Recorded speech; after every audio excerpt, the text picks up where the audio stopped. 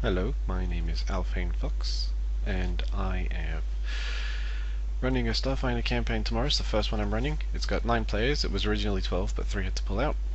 I've been running Pathfinder for 3 or 4 years, and before that I started playing Dungeons & Dragons in 3rd edition, played it through 3.5 edition, then, let it sit by the wayside for quite a few years, so that was back in high school.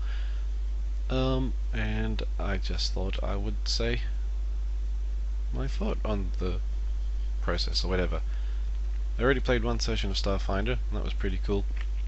I like the rules. I think they're very clean cut and really streamlined what Pathfinder is trying to do, but in a futuristic sense. So they've done a fantastic job at making 2 products that are completely recognizable as Finder, but absolutely completely different. Like even just charging in Pathfinder is +2 and Starfinder it's -2. So something like that is really good. But anyway, I'm about to write the very intro for it before I run the whole thing tomorrow, and I'll get back to you then and let you know how it goes. Cheers. Hello, welcome back. So, I have performed my fantastic session with 200 million players, and how did I find it? I found it went rather well. For starters, there was 9 players in total, so out of 12 asked, 9 made it. That's a good number. Interestingly, there was no Shirans. Every other race was represented. And there was no mystics. So for a group with 9 people, the only healing people could do was with their own serum of healing that they bought at the start of the adventure. But that's okay. Being a session 0, this was pretty small and didn't matter much if you wanted to go off and get killed by the first thing that we came across. So, having so many players, everybody was friends, so there was no real conflict with the people themselves. It was simply the game. But session 0 is, not big enough to be session 1. And when you've got 9 players, it's already overskilled. But I feel like that will be a constant issue anyway. For example, one room you walk into, I'll have a map pop up. There we go.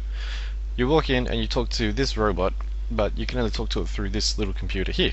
At the far end, we've got a ladder that leads up to the next area, but you had to the systems wouldn't let you just straight up open the door. You had to talk to the first system, which would ask you if you wanted to go upstairs, but when you said yes, it would have some reason why it just wouldn't allow it. So then you had to go to the second control panel that was on the pathway blocking the ladder. So you needed 2 people with computer skills. One at the first terminal to say please let us in, and another at the second terminal that could actually distract it by starting to say let us in over here. That was, basic enough that it was slightly tricky, but also not impossible to do for a group. But, we instantly had so many players who just walked up and went, yeah, I can do this, and their skills were good enough that the issue wasn't even role-played, basically. It was roll, get past. That's one of the things I reckon would be a constant issue with so many players. Like, with 6 people, okay, that's fine. 5 and 4, you're swimming. But with 9, there should be absolutely everything covered, apart from, being a psychic bug and having mystic cures. Why not? Practical problems. Halfway through the game we had a redback attack. I live out in Australia, where it's hotter than the sun. Cut that. But we're playing, and one of the players, has a spider on their leg. So they scream, and we all jump up and push our chairs back, and I have to flip them all over and brush them all off. And that's just what happens when you play in Australia. Suddenly, there's a very deadly spider, because. Or the sun cooks you to death, because. Actually, I was so stressed I lost all my hair in the making of this video. Well, since the first half of this video. That's how poorly it went. Combat, however, I found went really, really well. We had 9 PCs being played, different sizes. We had small races and medium. We also had a dragonkin who was very happy to use his breath fire. And the bad guys were 3 Vesk soldiers who were running the show, and they'd taken command of a team of skittermanders who were all mechanics, mechanic X, so whatever. But they were working on sky buses. These sky buses were basically shuttles, but they would only go from point to point within the city that they were in. And the skittermanders were being forced to moderate them so that they could actually be flown off the planet, and that's when our heroes had gotten past the room with the computer system and the robots and headed into this room. So the Shirin, when the fight started, the Shirin take control of all the Skidamanders. Their fur went from the blue or purple color all the way to black, and they all put out their little guns. So they all had 6 hands, 6 guns, shoot them up. The combat went very well. And I don't mean that they beat them in 2 seconds. I mean the functioning of everything. I understood where everybody was. Everybody was placed out well. I'll show you my map. Here's my very simple map. For the Skidamanders, I used pink dice with 6 numbers on them because I thought actually going by the number of hands would be clever. The 2 Vesk were run by these black and dark green dice with 2, and all the players picked their own D10s. So D10s were players, otherwise it's a bad guy can kill it. But not having to worry about guarded steps and 5-foot steps and attack of opportunities in case you accidentally wipe your nose when it's not your turn but someone's threatening you. That really helps speed things up. I thought the combat system worked swimmingly well, especially with the EAC and the KAC and all the different weapons people had, including the scattergun. I thought that they would be a bit overpowered because you can hit so many people, but when you've got minuses to your attacks, it's not actually that easy to hit. I had one bad guy with a scattergun, and one of my PCs had a scattergun, and nobody hit at all. So out of 6 attacks, I think, nobody got hit. So it was too much of a scatter, not enough of a gun. But that was good to find out mechanically.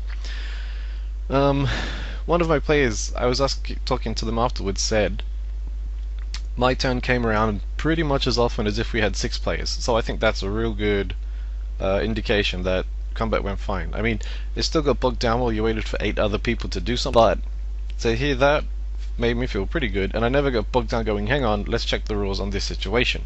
So, if I've been running Pathfinder for 3 or 4 years beforehand, that really helped step straight into Pathfinder, and as long as you're aware of the new rules that you have to change, it goes pretty good anyway.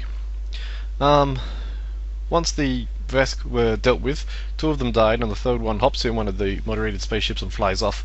At this point, 3 of my players lived because, it had been hours and hours of play at this point, and also in Australia we've got this horrible big sun you can see roasting me up. Like if I lean back like this, I might be a bit overexposed right now.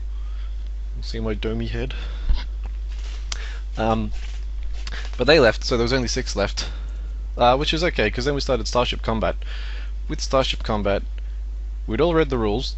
Nobody in our group at all had done it before, GMs or otherwise, and so I thought best thing to do is just to jump straight in, straight in the deep end, see how it works.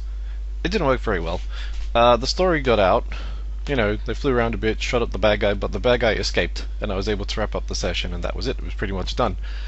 But if you've read the rules and you think you understand them, actually apply them, and then go back and reread everything that you did understand, which might be 98+% of it. So there was a good effort for all of us. Everybody who played it, I'm pretty sure they liked it. I enjoyed running it. I'm definitely going to keep going with it, but there's no way I'm ever running such a big campaign again.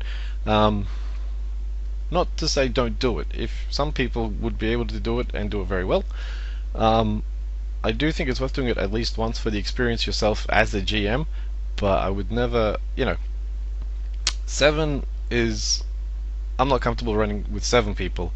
6 is fine. 4 and 5 are the ideal. Especially because if you get 4 or 5 people, it's very easy for one person to swap out and GM for the next session or a different story, something like that. So yeah, 4 or 5 is good, 6 is perfectly okay, 7 is right out. Or is that 5? Yeah, but either way, the system worked great, storytelling was perfectly fine. The flavor, I didn't feel like it was Pathfinder at all, flavor-wise or world-wise. But then again, I'm not using the Packed World systems, I'm using my own story. But I still felt like I could have been in an episode of Futurama or Star Trek or some junk like that. So yes, very science fiction. That was session 0. Session 1, the characters kind of split in a way that I will have to run 2 sessions concurrently, one here, one there, one here, one there, or just make up 2 completely separate stories, even though the characters all have met each other technically. Same world but different campaigns entirely. Yeah, so what are your experiences with running the game and playing the game? I'm interested. Let me know in the comments below. Or if you have any suggestions for, well, I would say for my kind of session, but I'm never running it again.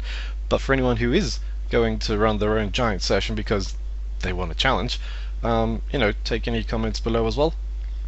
And thanks for watching.